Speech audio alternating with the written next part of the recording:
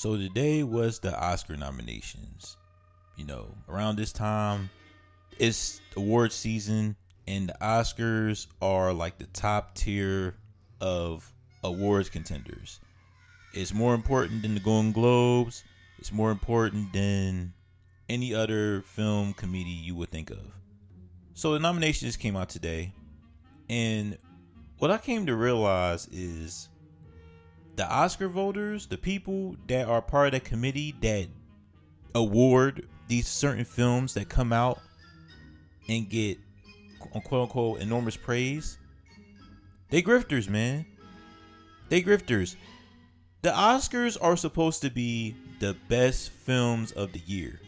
The films that most people can agree that are executed well, well acted, looks beautiful, has good music, basically almost a perfect movie.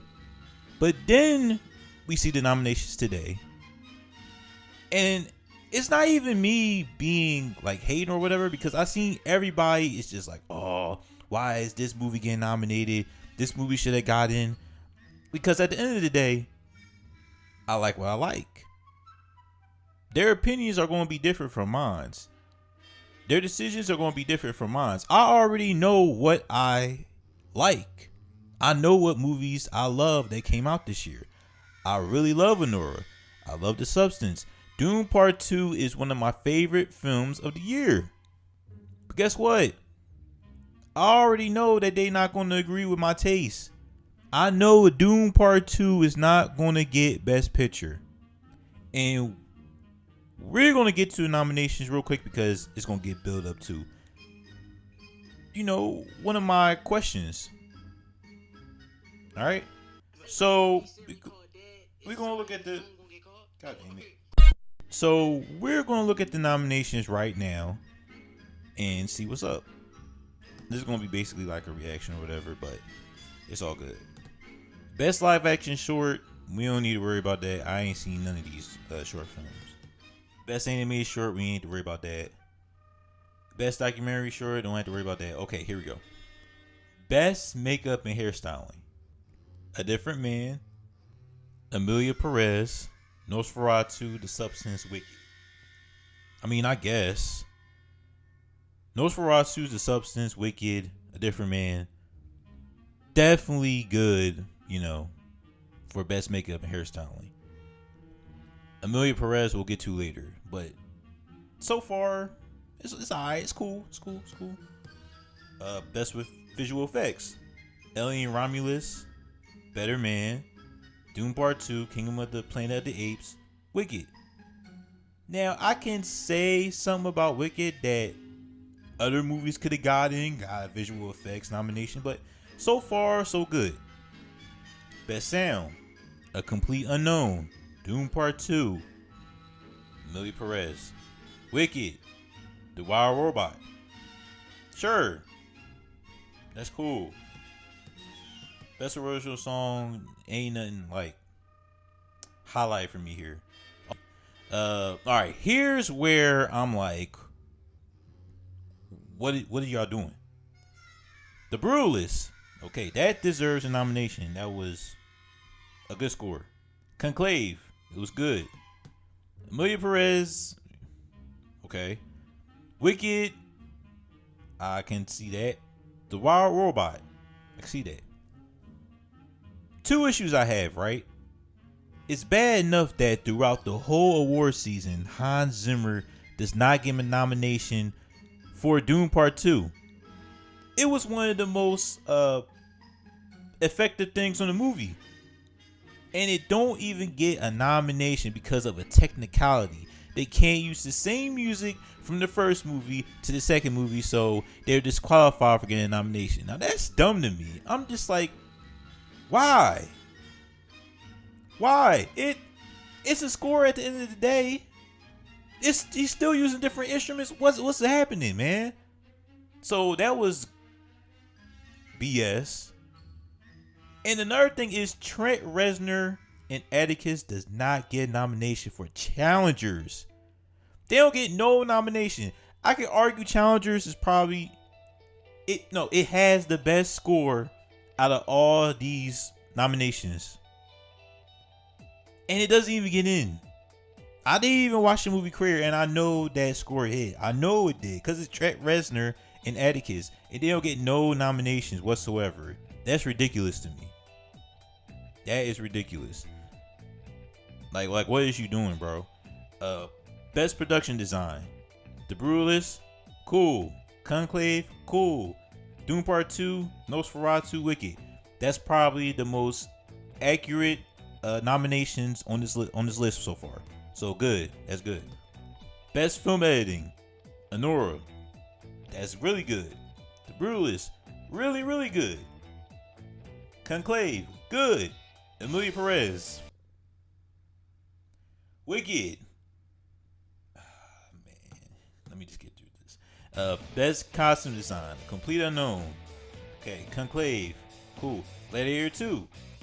You know what? That's actually a good nomination right there, so I'm cool with that. Nosferatu, yes. Wicked, I'm cool with that getting a nomination right there. Best cinematography: The Brutalist. Yeah, this is another one. Dune Part 2, cool. Emilia Perez again. Maria, Nosferatu. Where is Nickel Boys? Now, if y'all haven't watched Nickel Boys throughout the whole movie is a POV shot throughout the whole movie. And they are able to execute it well. And it's not on here. That's like one of the main good parts of the movie. I thought it was one of the best well-shotted movies of the year. And it don't even get a nomination, bro. It don't.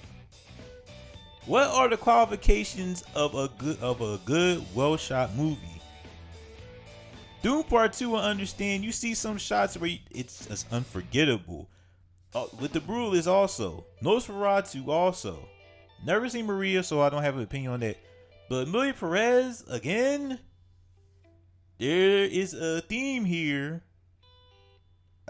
which is building up. So we'll get to that. Best animated feature, I'm cool with all of these. Flow, Inside Out 2, Memoir of a Snail, Wallace and Gromit, Vengeance, Most Foul, The Wild Robot. I'm cool with this. This is good. Best documentary feature, I didn't watch any of those, even though I heard Black Box Diaries was good. Best international feature, didn't watch I'm Still Here. I heard Emilia Perez. Yeah, we're gonna get to that. Best adapted screenplay, Complete Unknown, that's good. Conclave, that's good. Nickel Boys, that's good. Sing Sing, that's good. And again, Emilia Perez.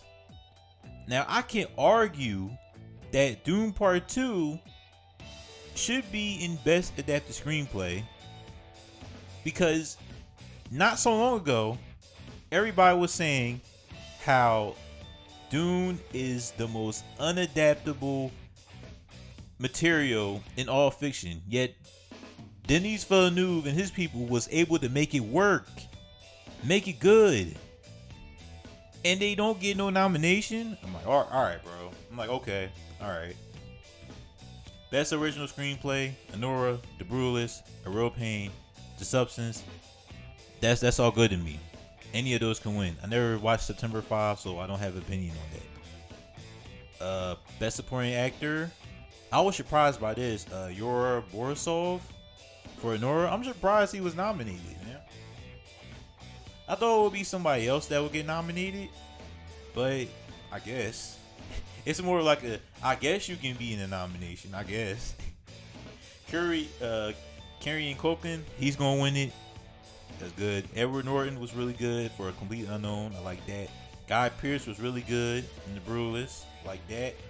And Jeremy Strong was good in The Apprentice, so I'm cool with that. Best Supporting Actress, Monica Barbaro for A Complete Unknown. I thought she was one of the, main highlights of the movie, so I'm cool with that. Ariana Grande, Wicked. I love that because she was one of the highlights of Wicked, right along with Cynthia Erivo, which we'll get to. Felicity Jones for The Brutalist, she was good. Elizabeth Laney for Conclave. Here's my problem, right? Yes, it's Best Supporting Actress, but there's gotta be a time limit. You can't be in the movie for like 5 minutes. and just get a nomination. Like, are these Oscar voters gotta be like, yo, is these 5 minutes better than the actress that gets like 20 to 30 minutes in the movie? Is that even fair? Is she really that good? I don't think so. I don't think her 5 minutes of her screen time in Conclave was that good enough to get a nomination. I don't know, man. I don't know about that. Zoe Saldana, sure. I thought she was gonna get Best Actress, but I guess they're doing something different with it. So yeah. Best Actor, this is nice right here. Adrian Brody for The Brutalist, Timothy Chalamet for A Complete Unknown, Coleman Domingo Sing Sing, Ralph Fiennes Conclave, Sebastian Stan The Apprentice. You can argue any of them could get the award. You can make a case for Adrian Brody. You can make a case for Timothy Chalamet, even though I feel like his performance in Dune Part 2 is better than a Complete Unknown. Even though he did play Bob Dylan to a T, I felt like his impact and his overall feel in Dune Part 2 was way better. His presence was way better in Dune Part 2 than Complete Unknown is Bob Dylan. Coleman Dingo was great in Sing Sing. I just recently watched it. Loved him in it. Ralph Fiennes Conclave, he was great.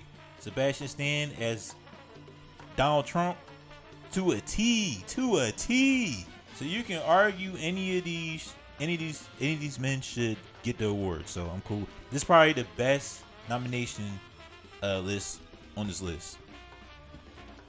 So yeah, I'm cool with that. Best Actress, Cynthia Erivo, Wicked. She deserves to be on here. Carla Sophia Gayson, Amelia Perez. All right. Mikey Madsen, Honora, cool. Demi Moore, The Substance. Fernanda Torres, I'm Still Here. Now, I haven't watched I'm Still Here, so I don't have an opinion on this actress. Wicked, Honora, The Substance, Cynthia Erivo, Mikey Madsen, Demi Moore. They all deserve these nominations, man. I really like them in their roles. They were great. We'll get to later. Now, here's another one where I'm just like, all right, man. They are really they grifting us, man. Like they want you, the film nerd that are paying attention to the award shows, to get angry. So you can talk about them. You can talk about the awards. So y'all can go watch it on ABC or whatever. Grifting y'all. And I ain't falling for it, bro. I'm not falling for it. So we have Sean Baker and Nora. That's good. Bradley Corbett for The Brutalist. Good. James Mangold, A Complete Unknown. I didn't think his directing was the greatest, but I can understand. It's based off a true story. It's about Bob Dylan. It's 50-50 with him getting the nomination. So I understand it. Jacquees Audred for Amelia Perez. I'm just like, what is this movie? How? Carell Fargate, she cool. For The Substance, that's a good nomination right there.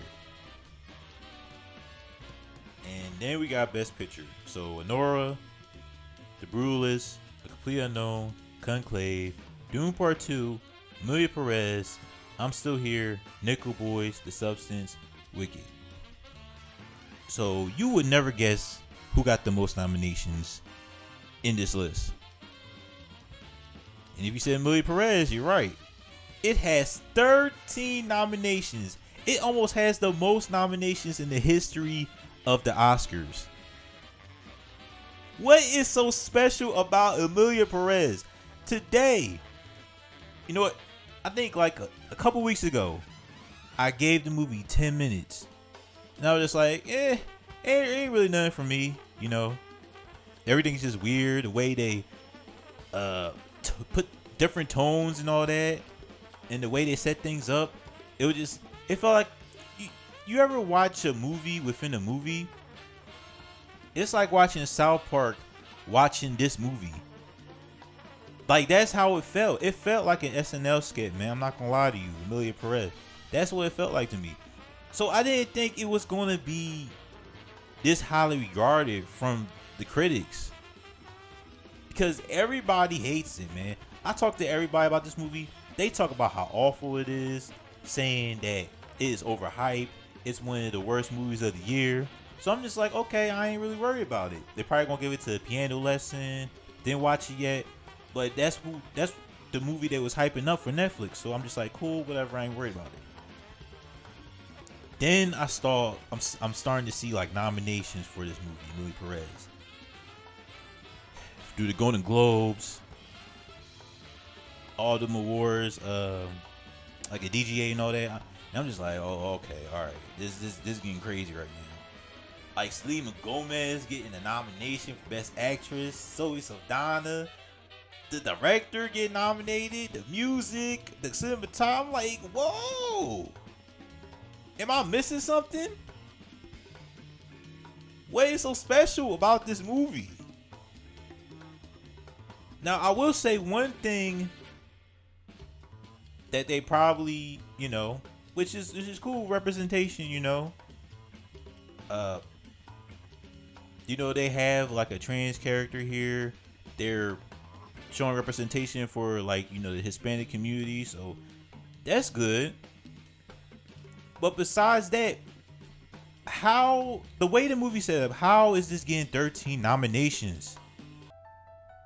The way musicals are supposed to be subtle. That's how it's supposed to be. Not just, here's an example, right?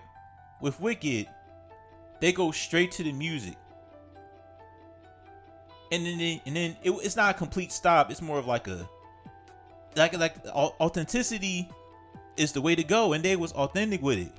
With Emilio Perez, it's like this dramatic scene of, oh man, I gotta go through this, and then boom, there goes a song,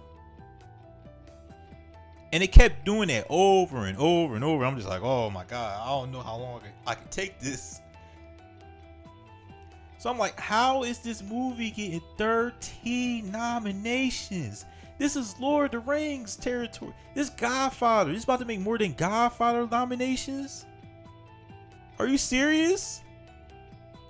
So I'm willing to believe that the Oscar voters are being grifters. They don't have no movie that's like a highlight or, that everybody wants to pay attention to. So they like, yo, we need a movie. We need just one movie where people can talk about whether it's good or bad. So let's just act like Emilio Perez is this highly regarded movie so that everybody can get mad and watch our show at the Oscars so people can pay attention to it.